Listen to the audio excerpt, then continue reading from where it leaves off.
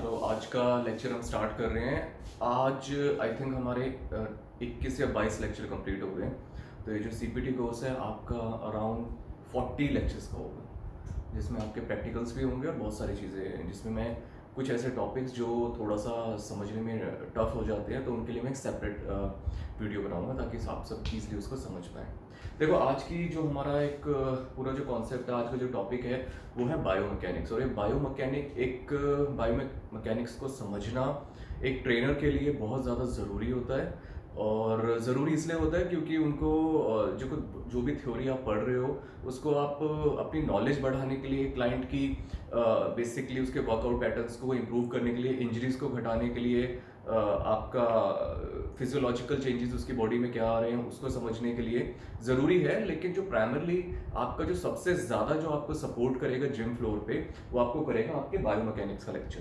तो इसमें बहुत सारी चीज़ें हैं जिसमें मैं अभी आपको बताऊंगा, तो उनको बहुत ध्यान से सुनना और एग्जाम में इसमें अच्छे क्वेश्चन आते हैं इसके ऊपर, ठीक है।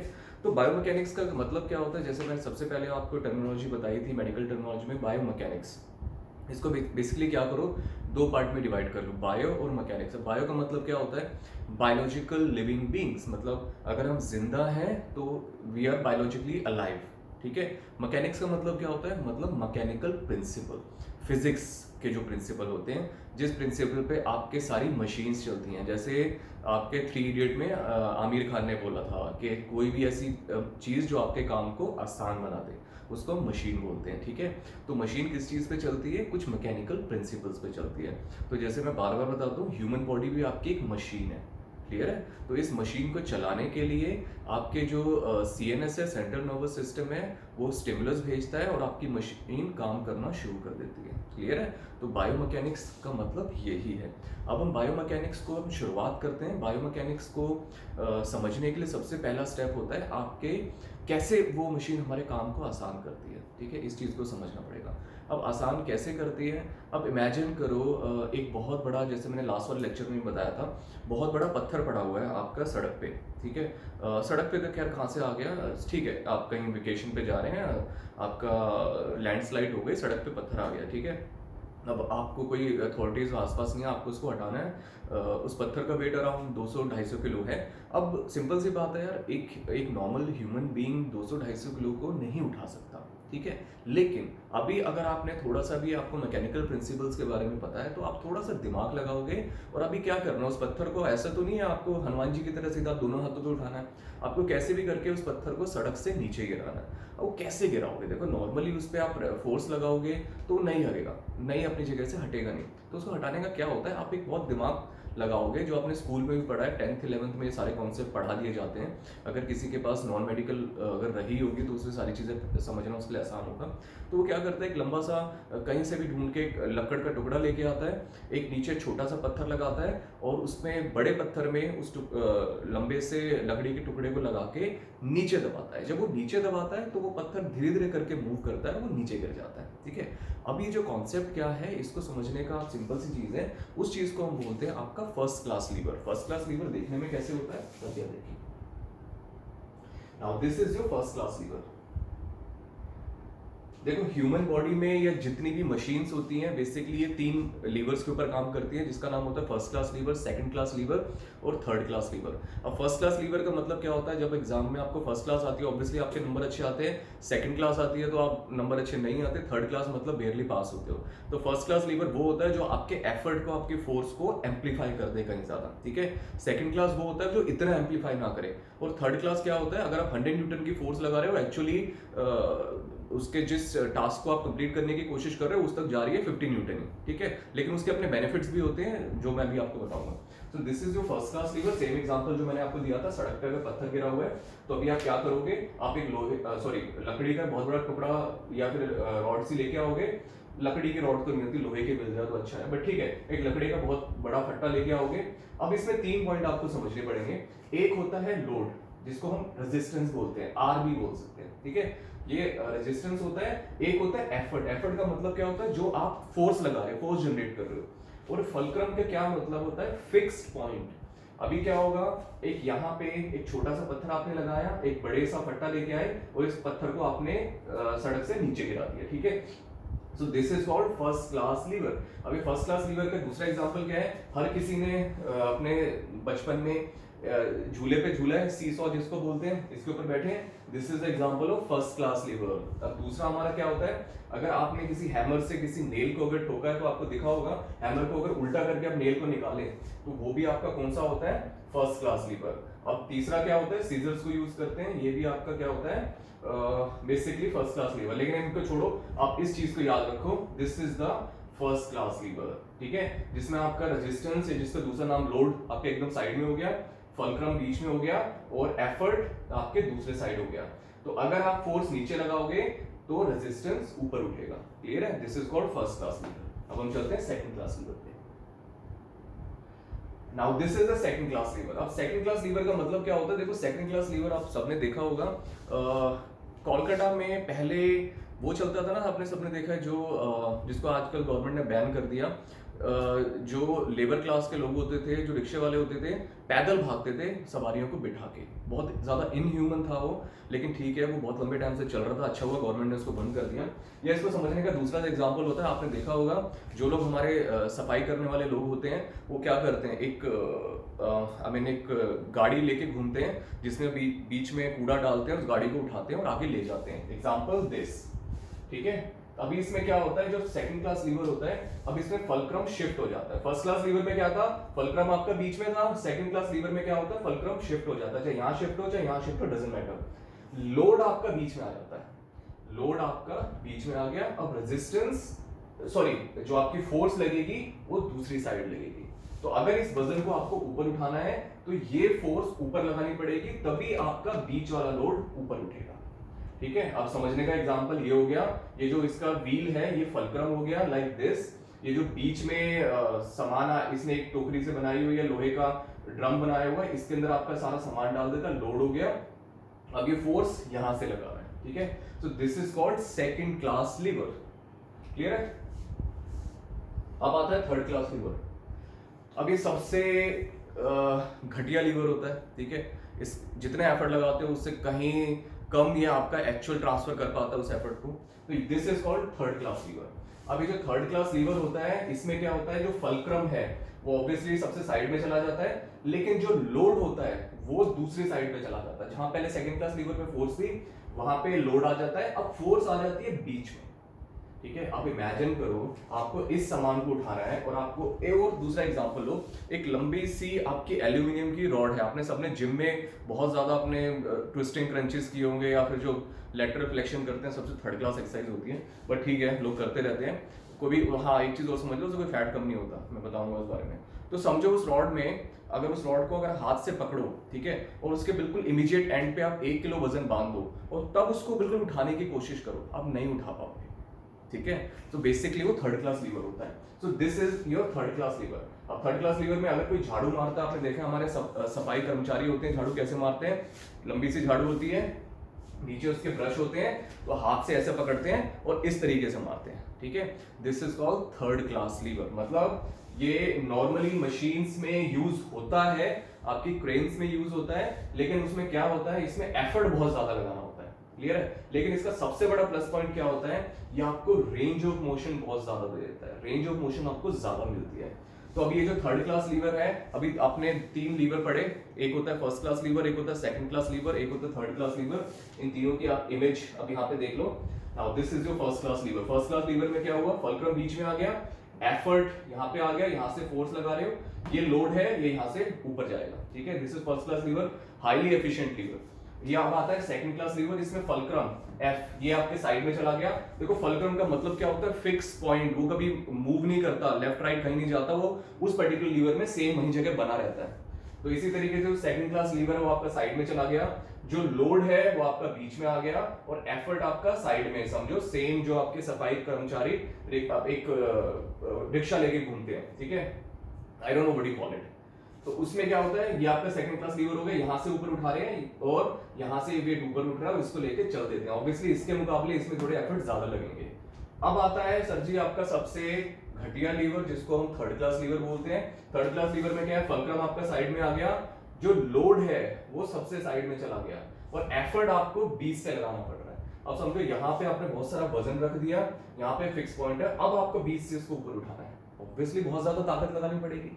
ठीक है, तो ये 3 लीवर होते हैं जो हमारे ह्यूमन बॉडी में होते हैं या किसी भी मशीन में होते हैं। ठीक है, अब इनको समझने का सिंपल सा एग्जांपल है ह्यूमन बॉडी में ये कहाँ कहाँ होते हैं।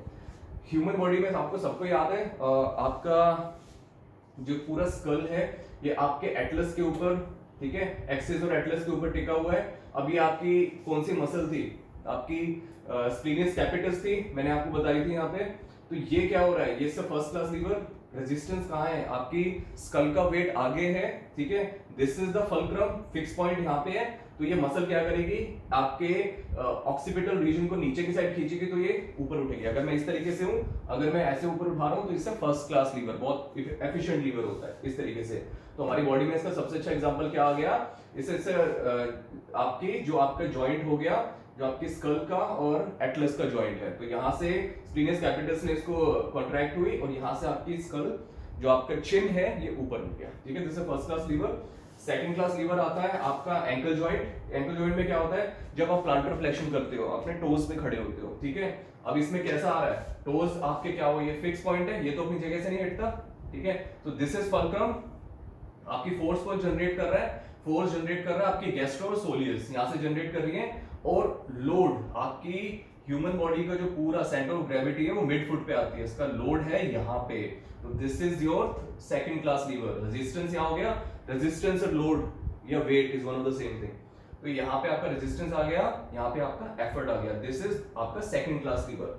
अब आता है आपका थर्ड क्लास लीवर। अब मैक्सिमम आपकी बॉडी में, ह्यूमन बॉडी में मैक्सिमम जॉइंट्स पे आपके थर्ड क्लास लीवर होते हैं, थर्ड क्लास लीवर। ठीक है, लेकिन इसके पीछे बहुत बड़ा रीजन होता है। तो अब थर्ड क्लास लीवर कैसे काम कर रहा है, ये आपका रेजिस्टेंस है, डंबल आपने यहाँ पे पकड़ा हुआ है, this is your fulcrum, fix point है, और एफर्ट आपकी बाइसेप्स ब्रेकिया यहाँ से लगा रही है, एग्जैक्टली लाइक दिस।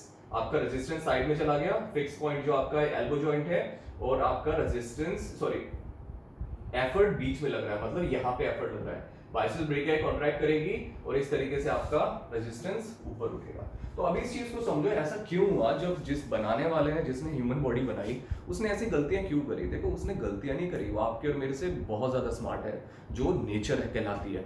तो बेसिकली जो थर्ड क्लास लीवर हमारी ह्यूमन बॉडी में होते हैं, उसका सबसे स्पेसिफिक रीजन यही होता है कि आपको maximum range of motion achieve हो पाए। ठीक है, maximum range of motion achieve होने से क्या फायदा है, देखो अगर सिंपल सी बात है, अगर मेरा बाइसेप्स ब्रेकिया है, इसका जो टेंडन है, अगर ये टेंडन मेरा यहाँ पे कनेक्ट हो जाता, इमेजिन मेरे आपके हाफ लेटरल सॉरी आपके फोरआर्म को भी मेरे आगे क्रॉस करता, इस जगह पे कनेक्ट हो जाता, तो क्या होता, मैं ज्यादा वजन तो उठा लेता, फोर्स कम फोर्स लगा के, लेकिन क्या होता, मेरी रेंज ऑफ मोशन बहुत घट जाती, हो सकता है मैं इससे ज्यादा मूवमेंट ही ना कर पाता। ठीक है, तो बेसिकली थर्ड क्लास लीवर बनाने का सबसे बड़ा रीजन क्या होता है कि आपकी जो मसल्स हैं, जितनी भी ह्यूमन बॉडी में मसल्स हैं, उनकी कॉन्ट्रैक्ट होने की एक लिमिटेशन है। अगर इमेजिन करो एक मसल अगर 10 इंच की है, तो मैक्सिमम से मैक्सिमम वो आपकी 7 इंच तक कॉन्ट्रैक्ट हो सकती है। ऐसा नहीं होगा 10 इंच की कॉन्ट्रैक्ट हो गया और फिर 3 इंच हो जाए, ऐसा कभी नहीं होता। तो क्या होगा, अगर ये बाइसेप्स ब्रेकिया है, आपके पूरी रेंज ऑफ मोशन को अचीव करने के लिए, अगर ये पूरी रेंज ऑफ मोशन अगर 180 डिग्री है, सॉरी 160 डिग्री तक अगर आपकी एल्बो मूव कर रही है, तो ये बाइसेप्स ब्रेकिया है, तो हार्डली आपकी 2 से 2.5 इंच या 3 इंच कॉन्ट्रैक्ट हो रही है। इसके 3 इंच कॉन्ट्रैक्ट होने से आपका सोचो 170 डिग्री की मूवमेंट आ रही है आपकी पूरी एल्बो के अंदर। तो इससे हमारा सबसे बड़ा बेनिफिट क्या हुआ, चलो इससे कोई फर्क नहीं पड़ता कि हम ज्यादा एफर्ट, ज्यादा वजन नहीं उठा पा रहे, लेकिन आपको रेंज ऑफ मोशन तो मिल गई। तो थर्ड क्लास लीवर का हमारी ह्यूमन बॉडी में होने का सबसे बड़ा बेनिफिट यही होता है कि मसल की जो कॉन्ट्रैक्शन, एक उसकी जो लेंथ शॉर्ट होने की जो एक कैपेबिलिटी है वो लिमिटेड होती है, और इसको बेटर तरीके से यूज करने के लिए ह्यूमन बॉडी में third class lever is the best option, ताकि आपको बेटर तरीके से आपकी ह्यूमन बॉडी में आपके जो लिम्स है उसको आप यूज कर पाओ, रेंज ऑफ मोशन को आप बेटर तरीके से अपने किसी भी टास्क में यूज कर पाओ। ठीक है, तो ह्यूमन बॉडी में आपके 3 तरीके के लीवर होते हैं, first class liver, second class liver और थर्ड क्लास लीवर। और थर्ड क्लास लीवर का आपका सबसे बड़ा प्लस पॉइंट यही होता है कि आपको ये, चलो एफर्ट ज्यादा लगाना पड़े, पर रेंज ऑफ मोशन बहुत ज्यादा अच्छे तरीके से अचीव करा देता है। वो इसलिए होता है क्योंकि मसल्स की शॉर्टन होने की एक लिमिटेशन होती है। अगर ये बाइसेप्स ब्रेकिया 3 इंच छोटा हो रही है, बट आपका जो रेंज ऑफ मोशन है आपकी एल्बो को फ्लेक्स होने का, दैट इज अराउंड 170 डिग्री। चलो आज का लेक्चर लंबा चलेगा तो पेशेंट रहना, ठीक है? पेशेंट, हॉस्पिटल वाले पेशेंट नहीं, बी पेशेंट। तो अभी क्या होता है, Newton's first law of motion. अब न्यूटन सर जी हमारे थे, न्यूटन का आपको सबको पता है न्यूटन ने क्या किया था, ठीक है? नहीं पता? चलो गूगल कर लेना, मैं इतना टाइम वेस्ट नहीं करूंगा। न्यूटन ने क्या, देखो न्यूटन के 3 लॉ होते हैं, first law of Newton, first law, second law और third law. First law Newton का क्या कहता है बेसिकली, जिसको हम लॉ ऑफ इनर्शिया बोलते हैं। इनर्शिया का मतलब क्या होता है? देखो आप सबने एक चीज समझिए, किसी को ये पता है कि वेट और मास में डिफरेंस क्या है? MASS, खाने वाला मास नहीं, मास, घनत्व जिसको हिंदी में बोलते हैं, उसमें डिफरेंस क्या है? अगर मैं आपको बोलूं कि अगर मैं 100 टन वजन को और 1 किलो 100 टन का एक बहुत बड़ा आयरन का स्लैब और 1 केजी का आयरन का स्लैब आपके 100 फुट की ऊंचाई से नीचे गिरूं, नीचे उनको छोड़ूं या नीचे जैसे भी वटेवर आप उसको समझो, नीचे अगर मैं छोड़ता हूं तो उसमें से कौन सी चीज, कौन सा वजन पहले जमीन पे टच करेगा? अभी जो थोड़ा सा जिनको नहीं पता इसके बारे में, उनको ये लगेगा ऑब्वियसली 100 टन वाला पहले टच करेगा, बट ऐसा नहीं होता। दोनों के दोनों एक साथ जमीन को टच करेंगे। उसका सबसे बड़ा रीजन क्या होता है कि ग्रेविटी वो हर किसी चीज पे, चाहे वो एक फेदर है, चाहे वो एक कुछ भी 1 केजी का वेट है, चाहे वो 100 टन का वेट है, उन सब पे इक्वली एक्ट कर रही है। 9.8 मीटर सेकंड का स्क्वायर उस तरीके से एक्ट कर रही है, हर किसी को प्रॉपर मतलब एक ही फोर्स से अपनी तरफ खींच रही है ग्रेविटी। तो इसमें समझो, इसमें रीजन क्या है कि 100 टन और 1 केजी एक साथ आपके जमीन पे गिरेंगे, उसके पीछे रीजन होता है लॉ ऑफ इनर्शिया। अब लॉ ऑफ इनर्शिया क्या कहता है कि अगर कोई चीज अगर अपनी एक जगह पे रुकी हुई है तो वो पूरी कोशिश करेगी उसी जगह पे रुका रहने के लिए, ठीक है? और ऐसी कोई चीज जब वो कोई मूव कर रही है तो वो पूरी कोशिश करेगी कि वो चलती ही रहे, अनलेस एंड अनटिल कोई एक्सटर्नल फोर्स उस पर अप्लाई ना हो, ठीक है? तो अगर समझो एक अच्छी बड़ी बॉल अगर फर्श पे रखी हुई है, वो अपनी जगह रखी रहेगी जब तक उसको पे कोई फोर्स ना लगाए, और अगर कोई बॉल एक चले जा रही है तो तब तक वो चलती ही रहेगी जब तक उसको कोई रोकने की कोशिश ना करे। This is called law of inertia. तो लॉ ऑफ इनर्शिया क्या होगा? Object will not change its motion unless acted on by an unbalanced force. मतलब क्या होता है, ये 300 केजी और ये 30 केजी, बेसिकली अगर दोनों को मूव करना है तो इस पे फोर्स लगाना पड़ेगा, लेकिन ये जो 300 केजी है ये वेट नहीं है, दिस इज मास, घनत्व, ठीक है? तो 300 केजी इसका मास है और ये 30 केजी इसका मास है। तो जिसका जितना ज्यादा मास होता है उसमें उतना ही ज्यादा इनर्शिया होता है। तो सेम एग्जांपल, जो 100 टन है उसका इनर्शिया बहुत ज्यादा होगा एज कंपेयर टू 1 केजी, ठीक है? तो अगर 100 टन है वो पूरी कोशिश करेगा अपना इनर्शिया मतलब उस स्पेस में रहने की, ठीक है, एज कंपेयर टू 1 केजी। तो जिसका जितना ज्यादा मास उतना ज्यादा उसमें इनर्शिया होता है। इस एग्जांपल को आप जिम फ्लोर पे कर सकते हो। आप 40 केजी का डंबल और 1 केजी का डंबल अपने 3 या 4 फुट से नीचे छोड़ना, दोनों एक ही टाइम पे गिरेंगे। उसका रीजन क्या होता है? लॉ ऑफ इनर्शिया, ठीक है? अच्छा, अभी सबको ये चीज पता है कि वेट और मास में डिफरेंस क्या होता है? वेट और मास का डिफरेंस क्या होता है? वेट का मतलब क्या होता है? आपका ग्रेविटी आपके उस पर्टिकुलर ऑब्जेक्ट पे एक्ट कर रही है, और जो आपका वजन है वो धरती पे अलग रहेगा, चांद पे अलग रहेगा, स्पेस पे अलग रहेगा, जो अभी आने वाले टाइम में मैं अभी बताऊंगा एक स्लाइड में। तो न्यूटन का सेकंड लॉ क्या होता है, जिसको हम बोलते हैं force is equal to mass into acceleration.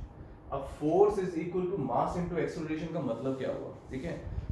M stands for mass. Mass का मतलब अगर समझो किसी भी ऑब्जेक्ट का वेट है 30 केजी, ठीक है, वो उसका मास हो गया। एक्सेलरेशन, एक्सेलरेशन का मतलब क्या होता है? चेंज इन वेलोसिटी, मतलब लेमन टर्म में वो कितनी तेजी से मूव कर रही है, लीनियर वे में कितनी तेजी से मूव कर रही है, ठीक है? और फोर्स का मतलब होता है कितनी ताकत लगाते हो आप उन चीजों के लिए। तो समझो ये 2 वैगन है, ठीक है? एक M ये है 30 केजी, ये है 300 केजी, और इसको पुल करने के लिए फोर्स लग रही है, और ये इसमें कितनी फोर्स लग रही है? यहाँ दोनों 100 न्यूटन की फोर्स लग रही है। फोर्स हमेशा न्यूटन में मानी जाती है, स्टैंडर्ड यूनिट न्यूटन होती है। तो समझो एक ऐसा लड़का जो 100 न्यूटन की फोर्स लगा रहा है इस 30 केजी को खींचने में, तो ऑब्वियसली ये ज्यादा स्पीड पकड़ लेगा इसको खींचने में। अगर 100 न्यूटन मतलब और सिंपल से तरीके से समझो, अगर एक 50 किलो का लड़का इसको खींचेगा, 30 किलो के आपके वेट को खींचेगा, तो ऑब्वियसली इसको ज्यादा स्पीड से खींच सकता है। लेकिन वही लड़का जब आप इस 300 किलो के वेट को खरीदेगा तो ऑब्वियसली वो उसको धीरे धीरे खींचेगा। तो सिंपल सा एग्जांपल हो गया जिसको न्यूटन सेकंड लॉ होता है, force equal to mass into acceleration. तो कोई भी चीज कितनी तेजी से स्पीड से किसी भी एक लाइन में जाएगी वो डिपेंड करता है या तो कितनी ज्यादा फोर्स लग रही है और उसका मास कितना है और उसकी एक्सेलरेशन। ठीक है, तो जितनी ज्यादा फोर्स लगाओगे वो डिपेंड करेगा उसके मास के ऊपर भी। अगर मास ज्यादा है तो आपको फोर्स ज्यादा लगानी पड़ेगी। ठीक है, अगर मास कम है, आपको ज्यादा स्पीड से उसको मूव कराना है, तब भी आपको फोर्स ज्यादा लगानी पड़ेगी। तो एक सिंपल सा एग्जांपल होता है force is equal to mass into acceleration. ठीक है, अब एक समझो, इसका एक सिंपल सा एग्जांपल आता है। समझो एक 30 किलो का वजन है और वो आपका 10 मीटर पर सेकंड की स्पीड से जा रहा है। तो कैलकुलेट करो कि उसमें कितनी फोर्स लगेगी। तो क्या हुआ, 30 इंटू 10 मीटर पर सेकेंड, तो उसको मल्टीप्लाई कर दो। 30 इंटू 10 कितना होगा, टोटल आपको 300 न्यूटन की फोर्स लगानी पड़ेगी उसको 10 मीटर पर सेकेंड की स्पीड से एक लीनियर लाइन में मूव कराने के लिए। That is Newton second law. ठीक है, अब हम चलते हैं Newton third law. Newton third law बहुत अच्छा होता है और थोड़ा सा इंपॉर्टेंट भी होता है। न्यूटन थर्ड लॉ क्या कहता है, every action has a equal and opposite reaction. मतलब क्या हुआ, every action has a equal and opposite reaction का मतलब हुआ अगर स्पेस में कोई रॉकेट को आप भेज रहे हो तो ऑब्वियसली उसमें जो थ्रस्ट होती है वो हमेशा नीचे की साइड लगती है, तब जाके रॉकेट ऊपर जाता है। ठीक है, दूसरा सबसे एक बड़ा एग्जांपल होता है, अगर एक गन चला रहे हो, गन चलाने में क्या होता है, गोली आपके आगे जाती है लेकिन गन में झटका कहाँ लगता है, पीछे लगता है। क्यों, क्योंकि every action has a equal and opposite reaction. लेकिन सिंपल सी बात है, वो आपको ऑपोजिट नहीं दिखता properly. Otherwise Newton third law यही कहता है कि अगर 100% फोर्स पीछे लग रही है, अगर आप 100% फोर्स किसी भी चीज पे लगा रहे हो तो 100% ही आपको वापस मिलेगी। लेकिन उसमें बहुत सारे फैक्टर्स आ जाते हैं जो आपके सीपीटी कोर्स में नहीं होते। ठीक है, अब सबसे इंपॉर्टेंट चीज आती है ग्राउंड रिएक्शन फोर्स। देखो ग्राउंड रिएक्शन फोर्स, इस चीज को अपना दिमाग खोल के, आंख खोल के अपने समझ लो। आप जितनी फोर्स जमीन पे लगाओगे उतनी ही फोर्स आपको वापस मिलेगी। ठीक है, इस चीज को बोलते हैं ग्राउंड रिएक्शन फोर्स। तो तभी जब हम आपको वर्कआउट कराते हैं, तो जब भी आप कंपाउंड मूवमेंट्स करते हैं, कोई भी ऐसे एक्सरसाइज करते हैं, हमेशा बोला जाता है कि आपके जो पैर हैं वो जमीन पे प्रॉपरली टिके हुए होने चाहिए, आपकी फोर्स जनरेट होनी चाहिए आपकी। और जो काइनेटिक चेन बनती है, नेक्स्ट लेक्चर में आपको मैं closed end open kinetic chain भी बताऊंगा, क्योंकि आज वाले लेक्चर में ऑब्वियसली इतना सब कुछ है बताने के लिए 1.5-2 घंटे चल जाए और इतना स्पेस नहीं है मेरी मोबाइल में। ठीक है, तो आप समझो ग्राउंड रिएक्शन फोर्स भी आपकी यही होती है, जितनी फोर्स आप नीचे लगाओगे उतनी ही फोर्स आपको ऊपर मिलेगी। तभी जो हमारी वेट लिफ्टिंग शूज होते हैं, वेट लिफ्टिंग शूज तभी हमारे इस तरीके से डिजाइन होते हैं और बहुत ज्यादा हार्ड होते हैं। हार्ड होने का मतलब क्या होता है, जब आप वजन ऊपर उठा रहे हो तो उतना ही आपका जितनी फोर्स नीचे लगाओगे उतनी फोर्स वापस मिलेगी। लेकिन अगर आपने किसी भी तरीके के रनिंग शूज पहन लिए तो वो थोड़े से कुशन होता है उसमें, तो उसमें कहीं ना कहीं एनर्जी लॉस होता है। आपने अपने अगर 500 न्यूटन की फोर्स जमीन में लगाई और अगर 500 आपको वापस मिल रही है, लेकिन उसमें से 150 न्यूटन तो लॉस हो जाएगा उस कुशन के अंदर। ठीक है, तो ये बेसिकली यही रीजन होता है आपके एवरी, इसका थर्ड लॉ क्या कहते हैं, every action has a equal and opposite reaction. अगर बॉल को किसी बहुत ही ज्यादा फोर्स से आप किसी दीवार पे मारते हो तो उतनी ही फोर्स से वापस भी आने की कोशिश करती है, लेकिन उतनी फोर्स से नहीं आ पाती, अगेन थोड़ी सी वो क्वेश्चन और बहुत सारे फैक्टर्स होते हैं।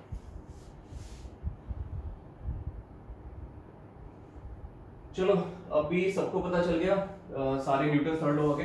ये बेसिक चीजें मैं आपको इसलिए बता रहा हूँ, अदरवाइज नॉन मेडिकल के स्टूडेंट और आपने 10th में तो पढ़ा ही होगा, लेकिन फिर भी ठीक है मैं बता रहा हूँ। ग्रेविटी क्या होती है, देखो ग्रेविटी का मतलब क्या होता है, कोई भी चीज अगर स्पेस में है तो वो हर दूसरी चीज को अपनी साइड खींचती है। क्लियर है, अगर समझो स्पेस के अंदर 2 बॉल मैं रख दूं तो दोनों बॉल एक दूसरे को अपनी तरफ खींचेंगे, लेकिन जो जितनी ज्यादा बड़ी बॉल होगी उतनी ज्यादा उसका ग्रेविटेशन पुल ज्यादा होगा। तो ग्रेविटी क्या होता है, gravity is a force of attraction between 2 objects, किन्हीं भी 2 ऑब्जेक्ट के बीच में फोर्स ऑफ अट्रैक्शन होता है। ठीक है, तो याद रखो अगर आप अर्थ पे खड़े हो तो और आप भी अर्थ को अपनी साइड खींच रहे हो और अर्थ भी अपने आपको अपनी साइड खींच रही है, लेकिन as compare to you and earth का मास तो बहुत ज्यादा है, तो तभी आप वो ज्यादा इसमें कोई डिफरेंस फील नहीं कर पाते। ठीक है, all objects with mass have gravity. दुनिया में जिस भी चीज में मास है, घनत्व है, उसकी अपनी ग्रेविटी होती है। ठीक है, gravity acts like a magnet pulling objects together. What causes gravity is not really known. अभी ग्रेविटी का देखो समझने का क्यों है, ग्रेविटेशनल पुल क्यों जनरेट होता है। अभी इसको जो एस्ट्रोफिजिसिस्ट है अभी इसको नहीं समझ पाए हैं, लेकिन हाँ इसके काफ़ी क्लोज तरीके से इसको समझा है, जिसको हम स्पेस फाइबर भी बोलते हैं। जिसके अंदर आप इमेजिन करो एक बहुत बड़ा कपड़ा आप किसी चीज़ पे बांध लो जिसको जो सस्पेंडेड हो हवा में, और उसके बीच में अगर एक बहुत हैवी ऑब्जेक्ट आप रख दोगे तो देखोगे कपड़ा नीचे से नीचे चला जाएगा, नीचे दब जाएगा। और अगर फिर आप कोई और उससे हल्का ऑब्जेक्ट उस कपड़े के चारों तरफ घुमाओगे तो आप देखोगे वो ऑब्जेक्ट उस हैवी ऑब्जेक्ट की तरफ मूव करेगा, ठीक है, जिसको स्पेस फाइबर बोलते हैं। आप ऑब्वियसली सीबीटी कोर्स में इस बारे में कुछ बात करके फायदा नहीं, ठीक है। ये मैंने एग्जांपल दे दिया था difference between mass and weight. अगर आपका मास 10 kg है तो हर जगह वो मास सेम रहेगा, आपका घनत्व कभी चेंज नहीं होगा, चाहे वो जमीन में है, चाहे वो चांद पे है, चाहे वो स्पेस में है। लेकिन आपका वेट हर जगह चेंज होगा, ठीक है। वेट का मतलब क्या होता है, वेइंग स्केल पे अगर 10 kg आ रहा है तो अर्थ पे आपका 10 kg आ रहा है, आप मून पे जाओगे क्योंकि जैसे जैसे ग्रेविटी चेंज होगी, अर्थ के मुकाबले मून की ग्रेविटी बहुत कम है, तो वो क्या होगा, आपका मून पे आपका वेट कितना होगा 1.6 kg, ठीक है, सॉरी अगर 10 kg है तो 1.6 kg होगा। और स्पेस में क्या होगा, 0 होगा। क्यों, क्योंकि स्पेस में देयर इज नो ग्रेविटी, और ग्रेविटी नहीं है तो वेट नहीं है। तो कभी कंफ्यूज मत होना, वेट और mass are completely two different things, ठीक है। वेट क्या होता है, ग्रेविटी जिस फोर्स से आपको 9.8 मीटर सेकंड का स्क्वायर से उससे अपनी तरफ खींच रही है। मास का मतलब आप किस चीज से बने हो, जो एटम्स जिस तरीके से घनत्व आपका बना हुआ है, ठीक है, आपके कितने क्लोजली पैक्ड है, किस चीज, मतलब सिंपल से टर्म में किस चीज से बने हुए हैं।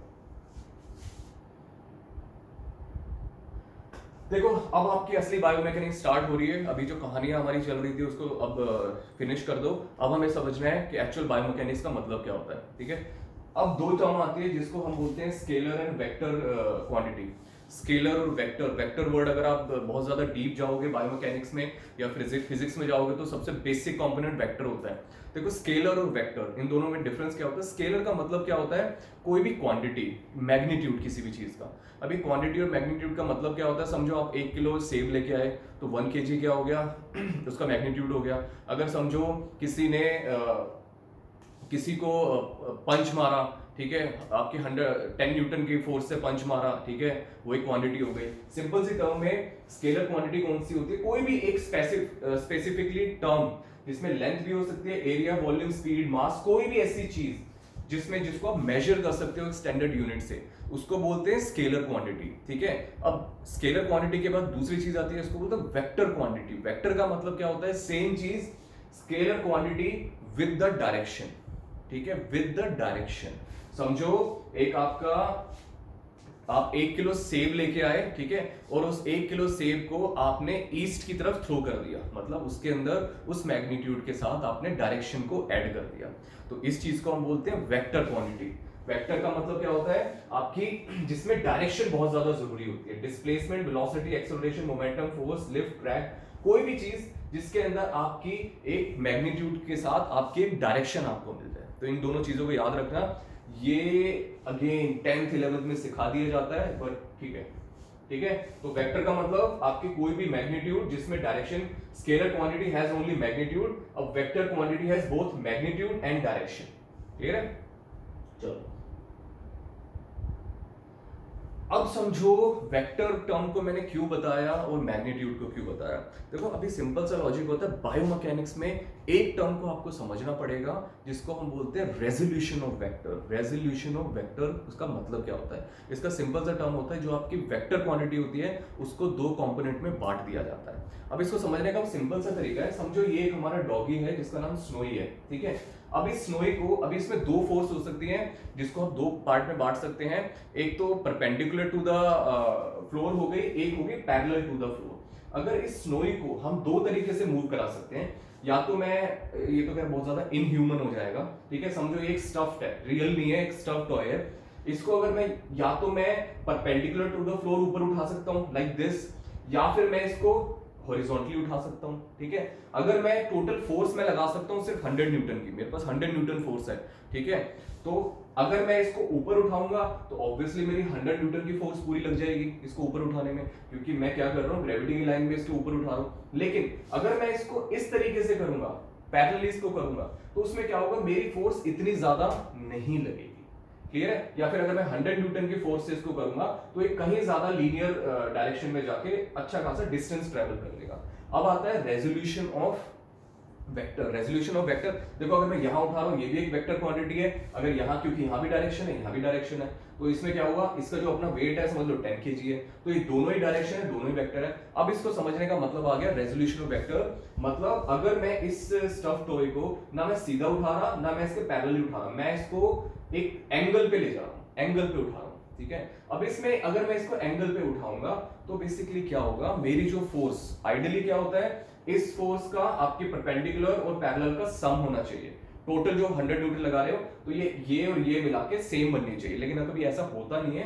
तो इस एंगल पे अगर आप इसको उठाओगे ना तो बेसिकली आपका जो न्यूटन फोर्स होगी वो कम लगेगी, एफर्ट थोड़े कम लगेंगे, लेकिन आपका उतना काम भी कंप्लीट नहीं हो पाएगा। अगर आप 100 न्यूटन की फोर्स में इसको ऊपर उठा रहे हो और 100 न्यूटन की फोर्स में यहाँ पे इस साइड ले जा रहे हो, अगर यहाँ पे 100 न्यूटन की फोर्स में अगर आप इसको 100 मीटर ले जा रहे हो और यहाँ पे 100 न्यूटन की फोर्स में अगर आप इसको 10 फीट तक ऊपर उठा पा रहे हो, तो बेसिकली अगर एक एंगल पे उठाओगे, अगर आपके वेक्टर के कंपोनेंट टूट जाएंगे, रेजोल्यूशन ऑफ वेक्टर हो जाएगा, तो इसको प्रॉपरली दोनों ही काम ये नहीं कर पाएगा। अब इस पर्टिकुलर रेजोल्यूशन ऑफ वेक्टर को हम अपने जिम फ्लोर पे कैसे यूज करते हैं, क्या होता है, आपने देखा है, आपने लेग प्रेस करते हैं, लेग प्रेस हमेशा एक आपके इंक्लाइन एंगल पे होती है। और दूसरी चीज, अगर स्मिथ मशीन को आप स्क्वाट करोगे स्मिथ मशीन में भी, तो बेसिकली क्या हो रहा है, आपकी फोर्स जनरेट कर रहे हो, तो आपका अगर स्क्वाट कर रहे हो तो आइडियली तो आपको सीधा जाना चाहिए, वर्टिकली उठना चाहिए, ठीक है।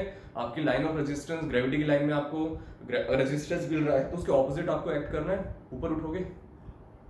लेकिन क्या होता है, आपका अगर स्मिथ मशीन पे जा रहे हो, स्मिथ मशीन जरूरी नहीं होता कि वो बिल्कुल वर्टिकली जाए, वो हल्की सी टिल्टेड भी होती है, ठीक है, एक सर्टेन एंगल पे भी होती हैं। और दूसरा एग्जांपल, लेग प्रेस आपने देखा है, लेग प्रेस पे लोग कितना कितना वजन लगा देते हैं, कितना हैवी वेट भी उठा रहे हैं। तो लेग प्रेस पे अगर समझो एक बंदा से अगर 500 न्यूटन की फोर्स लगा सकता है और वो वेट उठा रहा है 400 केजी, तो 500 न्यूटन की फोर्स में 400 केजी अगर मैं उसको बोलूं परपेंडिकुलर टू द फ्लोर उठा, वो नहीं उठा पाएगा, क्योंकि इतने का तो स्क्वाट, जो स्क्वाट होते हैं वो नहीं कर सकता।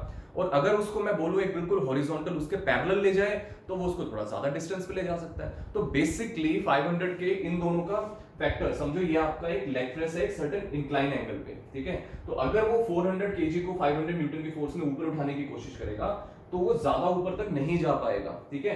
लेकिन यहाँ पे अगर वो ले जाने की कोशिश करेगा तो यहाँ पे वो ज्यादा डिस्टेंस को ट्रेवल कर पाएगा। तो बेसिकली रेजोल्यूशन ऑफ वेक्टर यही होता है कि जो एक सर्टेन एंगल पे उठा रहे हो, तो उसमें क्या होता है, तो आप ज्यादा फोर्स तो उतनी आपकी जनरेट नहीं होगी, लेकिन थोड़ा सा ज्यादा आप किसी भी चीज को उस डायरेक्शन में, मतलब इन दोनों के बीच की जो एक लाइन है उसको मेंटेन कर सकते हो, मतलब इन दोनों के बीच के एफर्ट को आप कर सकते हो। इतना ज्यादा भी नहीं, मतलब इतना कम भी नहीं होगा, इतना ज्यादा भी एफर्ट नहीं जनरेट कर पाओगे और इतना कम भी नहीं होगा, उनके बीच का होगा। This is called resolution of vector. CPT course में इसके बारे में ज्यादा कुछ नहीं होता, लेकिन एसीएसएम के हिसाब से इसके बारे में थोड़ा बताना पड़ता है, तभी मैंने आपको रेजोल्यूशन ऑफ वेक्टर बताया, ठीक है। अदरवाइज ज्यादा इसके बारे में डिस्कशन नहीं होता। अब सेम एग्जांपल आप देख लो, अगर एक लॉरी एक बहुत बड़े लॉक को खींच रही है, अगर समझो ये लॉरी को अगर मैं बोलूं ये 3000 न्यूटन की फोर्स लगा रही है और इसका जो लॉक का वेट है दैट इज अराउंड 500 केजी, तो अगर ये लॉरी अगर इसको उठाने लगे तो 500 केजी को सीधा नहीं उठा पाएगी, ठीक है।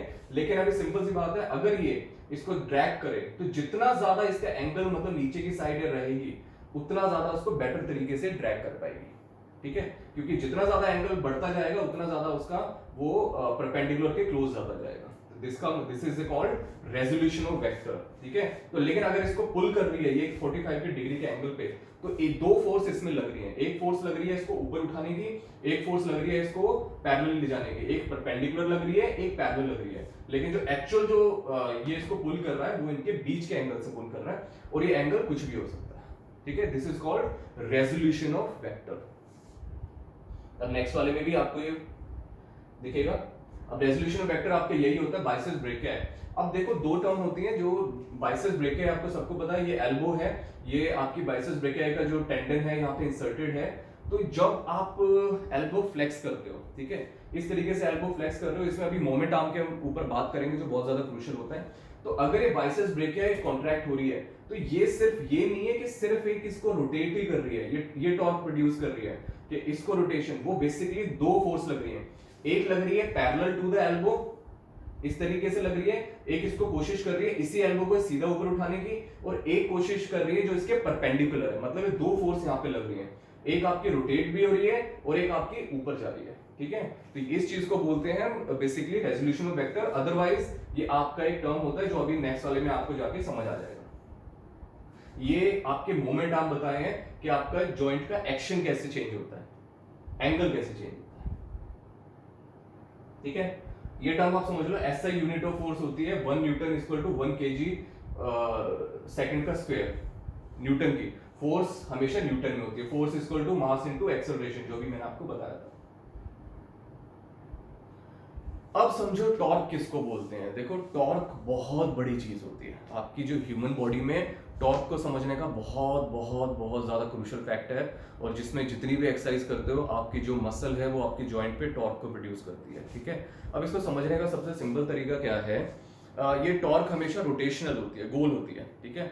जो आपने वो यो घुमाया, उंगली पे घुमाते हैं जो गोल गोल घूमता है, अगर वो एक साइड से लगाते हो तो वो टॉर्क प्रोड्यूस कर रहे हो आप, ठीक है। तो बेसिकली इसको समझने का सबसे सिंपल तरीका है, एक सबसे बड़ा एग्जांपल लो, आपकी गाड़ी का, जो मैं हर लेक्चर में देता हूँ, गाड़ी का आपका टायर पंचर हो गया है, ठीक है। एक पंचर वाले के पास आप जा रहे हो और जो आपके हब के बोल्ट हैं, वो पंचर वाला क्या कर रहा है, पाना लेके आता है, उस हब के बोल्ट को खोलने की कोशिश करता है, ठीक है। अब याद रखो वो जो लड़का है वो मैक्सिमम फोर्स लगा सकता है 100 न्यूटन की, और उस बोल्ट को खोलने के लिए वो क्या चाहिए, उसको 200 न्यूटन की फोर्स चाहिए। अब वो लड़का ऐसा तो है नहीं कि झटके से ही एक्स्ट्रा 100 न्यूटन की फोर्स जनरेट कर लेगा या कहीं से ले आएगा, कुछ भी करेगा।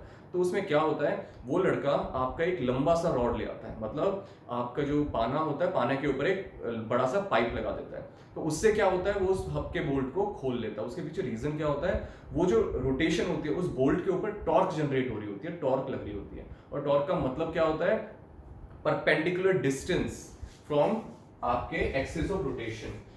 व्हाट इज टॉर्क, टॉर्क का मतलब क्या होता है, परपेंडिकुलर डिस्टेंस। अब ये समझो ये एक पिवट पॉइंट है, यहाँ पे आपने फिक्स्ड यहाँ पे बोल्ट लगा दिया, और ये जो एक आपका एक लंबा सा एक पाइप है, ये गोल घूम सकता है लाइक दिस, ये पूरा गोल घूम सकता है इस एक्सिस पे। तो क्या होगा बेसिकली, यहां से अगर आपकी फोर्स लगेगी, और समझ लो वो हब के बोल्ट का मतलब क्या हुआ, यहाँ पे आपका बोल्ट है, लड़का उसको यहां से कर रहा है, यहां से इसको खोलने की कोशिश कर रहा है, लेकिन वो हब का बोल्ट ओपन नहीं हो रहा। तो लड़का जब यहां से घुमाने की कोशिश कर रहा है, इसको खोलने के लिए कितनी टॉर्क चाहिए, आपकी 200 न्यूटन की, लेकिन वो कितनी लगा पा रहा है, सिर्फ 100 न्यूटन। तो बेसिकली टॉर्क का मतलब क्या होता है, परपेंडिकुलर डिस्टेंस इनटू फोर्स, मतलब जितना ज्यादा ये लंबा होगा आपका जो पाइप है, उतनी ज्यादा आपकी फोर्स मल्टीप्लाई होती जाएगी। अगर समझो ये 100 न्यूटन की फोर्स लगा है, और इसका जो ये जो डंडा है ये है सिर्फ 1 मीटर का या फिर 1 फुट का, तो 100 इंटू 100 न्यूटन की फोर्स लगा है, लेकिन इसको खोलने के लिए चाहिए हमें 200 न्यूटन की फोर्स। तो वो क्या करेगा, आपके 1 फुट के डंडे को एक और पाइप लगा के 2 फुट का कर देगा। तो अकॉर्डिंग टू द फॉर्मूला आपका टॉर्क का मतलब क्या होता है, टॉर्क का साइन इस तरीके से होता है, जो मैं बताऊंगा। तो वो परपेंडिकुलर डिस्टेंस बढ़ा दिया उसने, वो कितना हो गया, 2 फुट, 100 न्यूटन, 100 इंटू 2 200। तो अभी क्या हुआ, यहाँ पे अब उसकी परपेंडिकुलर डिस्टेंस मतलब उसके मोमेंट आर्म की लेंथ बढ़ने से वो जो टॉर्क है वो डबल हो गई, ठीक है। अब वो नेक्स्ट वाले में समझो, this is the example. Torque का फॉर्मूला क्या होगा, this is torque, force applied into lever arm. तो ये समझो ये बोल्ट को ओपन कर रहा है, ये उसने पाना लगाया और यहां से उसको खोलने की कोशिश कर रहा है। तो इसको ये बेसिकली दो टर्म होती है, एक होता है पॉजिटिव टॉर्क, एक होता है नेगेटिव। अब इसमें क्या होता है, क्लॉकवाइज और एंटी क्लॉकवाइज होता है। तो अगर ये आपका एंटी क्लॉक कैसे चलती है, ये कैसे चल रही है, इस तरीके से चल रही है, ठीक है। तो अगर ये क्लॉकवाइज जाएगी तो ये नेगेटिव है, तो अगर और ये एंटी क्लॉकवाइज जाएगी तो पॉजिटिव, ठीक है। मैं नॉर्मली बता रहा हूं, अदरवाइज सीपीटी कोर्स में नहीं है। तो लेकिन इस चीज को आपको समझना है कि जितना ज्यादा आप, सारी गेम है इस मोमेंट आर्म की। तो नॉर्मली कोई भी मशीन अगर बनती है, कुछ भी करना है, तो ये मोमेंट आर्म जितना ज्यादा लंबा होगा उतने ही कम एफर्ट में आप ज्यादा टॉर्क प्रोड्यूस कर सकते हो। मतलब जितना लंबा मोमेंट आर्म उतने ही कम एफर्ट में आप ज्यादा टॉर्क प्रोड्यूस कर सकते हो, ठीक है। So this is the best example. लेकिन हमारी ह्यूमन बॉडी में सर जी क्या होता है, आपने फोर्स तो आपने साइड पे लगा लिया, ह्यूमन बॉडी में क्या होता है, आपकी मसल्स टॉर्क प्रोड्यूस करती हैं और आपका वेट यहाँ पे होता है, मतलब उल्टा हो जाता है। तो ये आपका समझो एक एल्बो है और यहाँ पे बाइसेप्स ब्रेकिया इसको पुल कर रही है और आपकी टॉर्क प्रोड्यूस हो रही है एल्बो जॉइंट पे। तो अगर ह्यूमन बॉडी में देखें, जितना लंबा मोमेंट आर्म उतनी ज्यादा आपकी मसल को टॉर्क प्रोड्यूस करनी पड़ेगी, मतलब उतना ही ज्यादा उसको मैकेनिकल डिसएडवांटेज मिलेगा। क्लियर है? So this is called torque. अब आता है मस्कुलर टॉर्क। अब मस्कुलर टॉर्क का मतलब क्या हुआ? सिंपल सी बात है, अब इसको अगर भूल जाओ, ये हब का बोल्ट हुआ, यहां से वो लड़का इसको दबा रहा है, इसको खोलने की कोशिश कर रहा है, लेकिन ह्यूमन बॉडी में तो ऐसा होता नहीं है। ह्यूमन बॉडी में इसका उल्टा हो गया। तो अगर वो लड़का जितना लंबा मोमेंट आर्म करता है उतने कम एफर्ट लगते हैं, लेकिन ह्यूमन बॉडी में क्या होता है, आपकी फोर्स लग रही है यहां पे। तो याद रखो, जितना ज्यादा ये